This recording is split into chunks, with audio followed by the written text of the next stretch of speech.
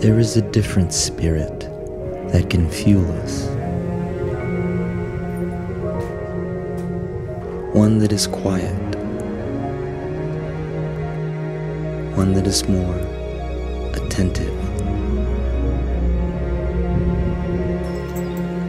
This spirit fuels Cabal crafted, hidden in ordinariness. Objects to emphasize humanness. Daily tools built where the human hand is the master and the machine is just the servant. Products made with an entirely different spirit.